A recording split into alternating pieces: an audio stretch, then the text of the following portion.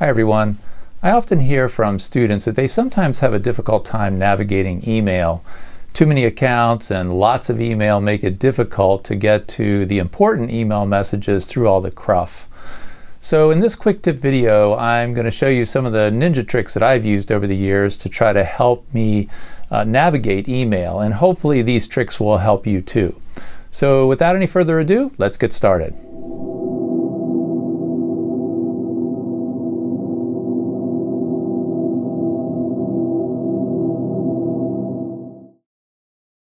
So controlling your email can be a really challenging thing to do these days. With the amount of material that we get in our email inboxes each day, it can be overwhelming when you look at the various counts that you have and see how many email are actually in there. So in this video, I want to give you a couple of tips about how to get control of your email and how to make sure that it's something that you can manage. So what I want to do is take a look at some basic tips that I've learned over the years to help control email. These include about 5 things. One thing I'd want to say is that email is here to stay, at least for now. I want to talk a little bit about assessing and streamlining your email accounts. Also, learning how to use filters to keep out the junk. This is a really important point if you're going to navigate through email these days. Also, to get control of notifications. Email will blink at you, it will ding you, it will give you badges that tell you you have this many email that you haven't read. So getting control of those notifications can be really important. And finally, processing your inboxes, ideally to 0, but processing those inboxes so that you're taking out the action items that are in those email, translating those into a system that you can trust. So let's take a look at these individually. First of all, I think it's important to keep in mind that email really is here to stay. Gone are the days where email was this cool thing that you'd have, or somebody would send you a note and it'd be like, oh, exciting that you got this email from somebody. Nowadays, it's a bit of a drag, but unfortunately, it is something that is here to stay, and we need to appreciate that, especially if you're going to get the work done that you need to do. So both in work and in school life, this is the primary way where businesses or professional organizations communicate to their employees or to their students. So like it or not, email is not something that's going away anytime soon. I know our preference when it comes to communication tends to be either text messages or maybe cooler types of communication tools like Discord or Slack. But email is still here for the vast majority of us in any kind of work or school-related environment. And I do think that the consequences for ignoring email can be significant because sometimes employers or professors or teachers will communicate specific things that they want you to do via email. And if you don't have a system that captures this stuff in a convenient and easy way, there's going to be some consequences. You'll miss assignments. You will miss requests that colleagues have or a boss might have, and that has some pretty serious implications for your work. Finally, I'd say that it's really important for you to control email, to control this tool, recognize that it is a tool for communicating things to people, and try not to let it control you. I know that sometimes people will live out of their inbox. They'll figure out what they're going to do on a day-to-day basis based on their inbox. Don't let email control you. Find a way that you can be in control of it, and your life will be much easier that way.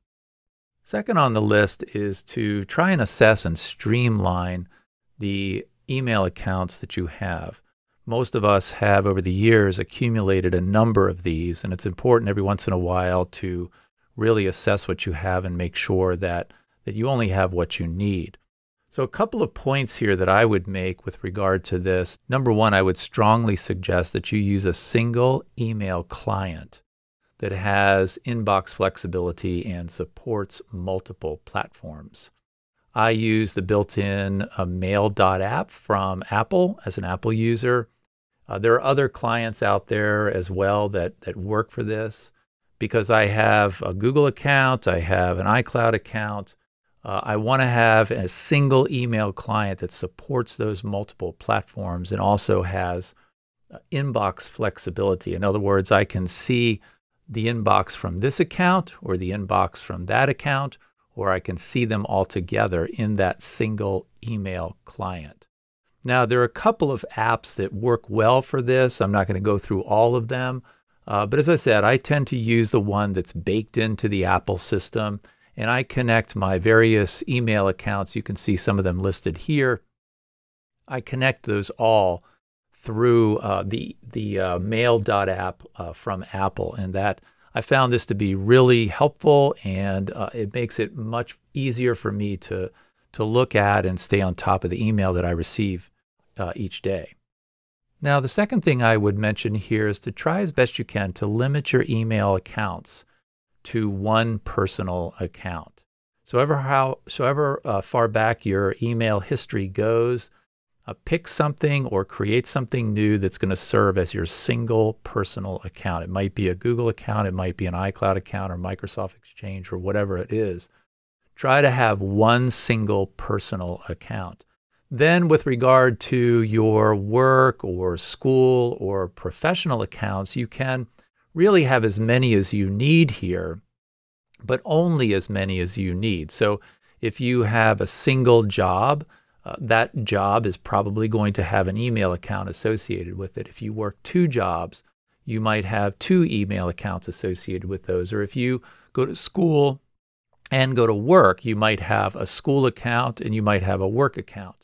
So you need to assess how many of those that you need. Try to get them down to just the ones that you need. But in reality, you can have as many professional accounts as are needed. And here again, this goes back to the first point of having a single email client that can navigate and help you display and work on those accounts as you need them. So limit your accounts to one personal account if you can, and have only as many work and school and professional accounts as you need. Finally, in this section, I'd mentioned to be cautious a bit about using what's often referred to as a junk account.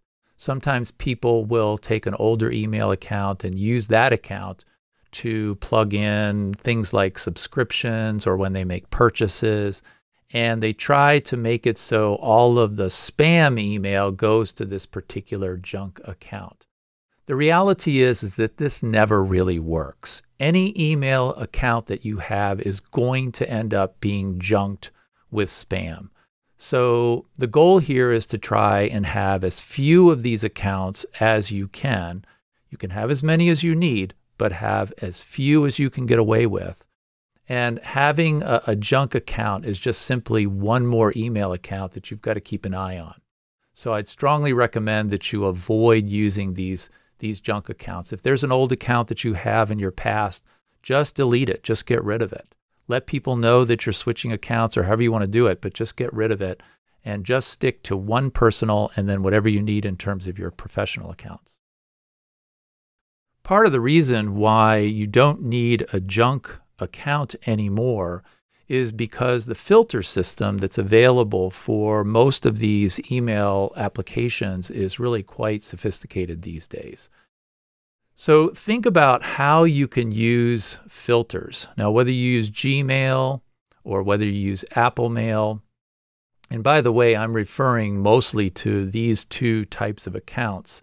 Some of you that have older accounts with AOL or Yahoo or Hotmail, you want to think about that. Gmail right now and Apple Mail are two of the biggest vendors for email. Microsoft as well. Try to stick with those accounts that are really the most predominant. But all of them have the capability to use filters to help you filter out and get rid of some of the junk. The image here on the right shows the rules page for applying rules in Apple Mail.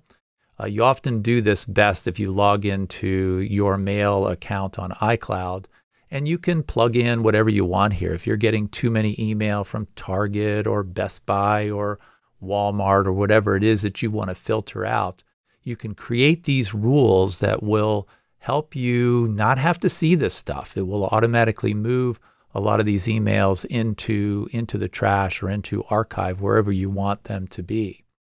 One of the little tricks that I use to get rid of some of these spam emails is that I will set the filter up or set the rule up to activate it whenever it sees the keyword unsubscribe.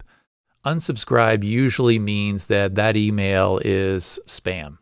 It's coming from a website or some kind of store where I purchase something, and so I always have my rules or my filters set up so that whenever it sees the word unsubscribe, in my case, I don't trash it, but I put it into a folder called ads. And you'll be surprised, just that one rule will really help to cut down on the amount of email that you have in your inbox. So take advantage of the filters. Google is really good with this. Apple is not too bad, but Google is really sophisticated with their filtering system, and you can weed out a lot of that junk email just by taking a few minutes and looking at and applying some of the filters and the rules that are provided by these applications and these services. Now, if you get an exorbitant amount of email, if you're someone who's whatever your business might be in, and you get a lot of email, and that is the case for some people, you can get an advanced filter. You can subscribe to an email filtering service. A service like SaneBox comes to mind here that can really help you to get control of your email inboxes. However you do it, just think about ways that you can use those filters and use those rules to help cut down on the number of emails that come to you. The fourth thing that I wanted to mention here has to do with getting control of your notifications. This is another thing. It takes a couple of minutes to do this, but it can really help to cut down some of the distraction that happens with email on a daily basis. All of the little noise notifications, the dings that we get, the banners on our computer screens or our smartphone devices, all of these things distract us from the work that we're supposed to be doing on a day-to-day basis. So you really want to try to cut down on this. Those red badges that you see on your email, they just call you to come and check me out, look at me, and those kinds of things. So you really want to try to do your best to eliminate those notifications as best you can. Over the years, I have seen students in my line of work with these red notification badges up in the 6 digits, literally hundreds of thousands of unread notifications. And this creates a number of problems. It creates a lot of problems in the sense that if you don't have control of your notifications, the notification system really is broken for you. And notifications can be really valuable for helping to get your attention for things that do matter. So my advice here is this. Try not to let email interrupt you on a day-to-day basis. Try not to let it interrupt you. Turn off notifications for email. Just go into your settings, whatever device you're using. If it's a Mac, you can do it on the settings area. If it's on your iPhone, you can do it there as well. But just turn off those notifications for email. On the other hand, you can turn on notifications for specific people. And I reference this both for personal contacts, you know, a friend, a close friend, family member, your spouse, your kids, whatever it might be. And then professional people who are connected to you professionally, a boss or somebody you might be working with specifically on a project. You can be very specific and drill down on those notifications so that only certain people are allowed to contact you. There's nothing worse when you're in the middle of a project trying to do something and you get a bunch of email notifications from Target or Walmart or whatever distracting you from the work that you're supposed to be doing. So try to turn off those notifications and set them to specific people that will get your attention and people that are really important in your life, either personally or professionally. Finally, I wanted to mention that it's important for you at all times to be thinking about how to process your inbox. Whatever the number of email that you receive on a daily basis, you want to process that inbox. Ideally, you want to process it down to 0. So however, tens or hundreds or maybe thousands of email that you get in a day or a couple of days or a week, you want to process that on a fairly regular basis down to 0. And what this means is that for most of that email that we have, we can delete it. We can just simply delete it. And all of the email applications that I use on my Mac or on my iPhone have a very easy way to sort of swipe to the left, swipe to the right, and I can easily process a lot of email that makes it through the filter system and into my inbox. So if I get an unwanted ad, it's very easy for me just to, in a split second to be able to delete that stuff. And so once or twice a day, I can go through my email and frankly, most of it ends up getting deleted. Now, the cost of space these days on these various services like Google and iCloud and whatnot is relatively cheap. So if I'm at all unsure about whether or not I want to keep an email, I just archive it. I stick it into the archive. And all of these services have an archive folder. Google does. Especially, I can get it out of my inbox and into an archive. And this makes it very easy for me to search specific email or people or by dates or whatever it is, keywords. And so I just archive a lot of the stuff that I may not want to delete, but I want to keep around either for reference or just because I'm not sure I might need this down the road. But either way, I get it out of my inbox. So through deleting stuff and archiving stuff, that gets rid of, I bet, close to 90%, if not over 90%, of the email that comes into my inbox every day. And then the last thing you want to think about here is to process the action items that you do get through your email into a trusted system that will remind you about what you need to do. So process those action items. So your mother sends you a request for a recipe, or a spouse asks you to pick up the milk on the way home, or your professor or teacher or boss send you a memo with specific action items in that email. You want to process that action, those action items, out of the email and into a trusted system. Now, for those of you that might be familiar with the Getting Things Done system by David Allen, this is what I'm referencing here, is Getting Things Done. And if you're not familiar with that book or that system, I'd highly recommend it. But one of his key points here is when you get these things that come to you to an inbox like email, you need to process it and pull out the action items and get those into a trusted system that will remind you. And by a trusted system here, I could mean something as simple as the Reminders app, or something more sophisticated like a to-do app or a project management application like OmniFocus or Things or Todoist. There are a number of these tools that are out there to help you keep track of the action items that you need to do. So if you get an action item from an email from either your personal email account or your work-related or school-related email account, you can pull out that action item from that email, put it into, say, your Reminders app, and put a little notification on there or a timer or something that says, this needs to be done in the next couple of days. Or maybe the action item is a calendar item and it goes on your calendar. Whatever it is, get it out of your email and into that system, calendar or your project management software, reminders, to-do lists, whatever it is you might have, and let that be the place that reminds you about the things that you need to do. That way you can go back to your email and get rid of it. Process it down to 0.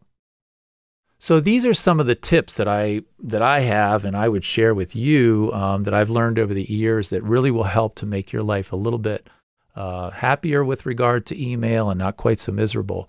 Email is here to stay. It's going to be here for a while. There's no sense that it's going away anytime soon. But it's really important for you to assess and to streamline your email accounts. Try to use as few as you really need. Use filters. Try to keep out the junk using filters and rules in your email systems.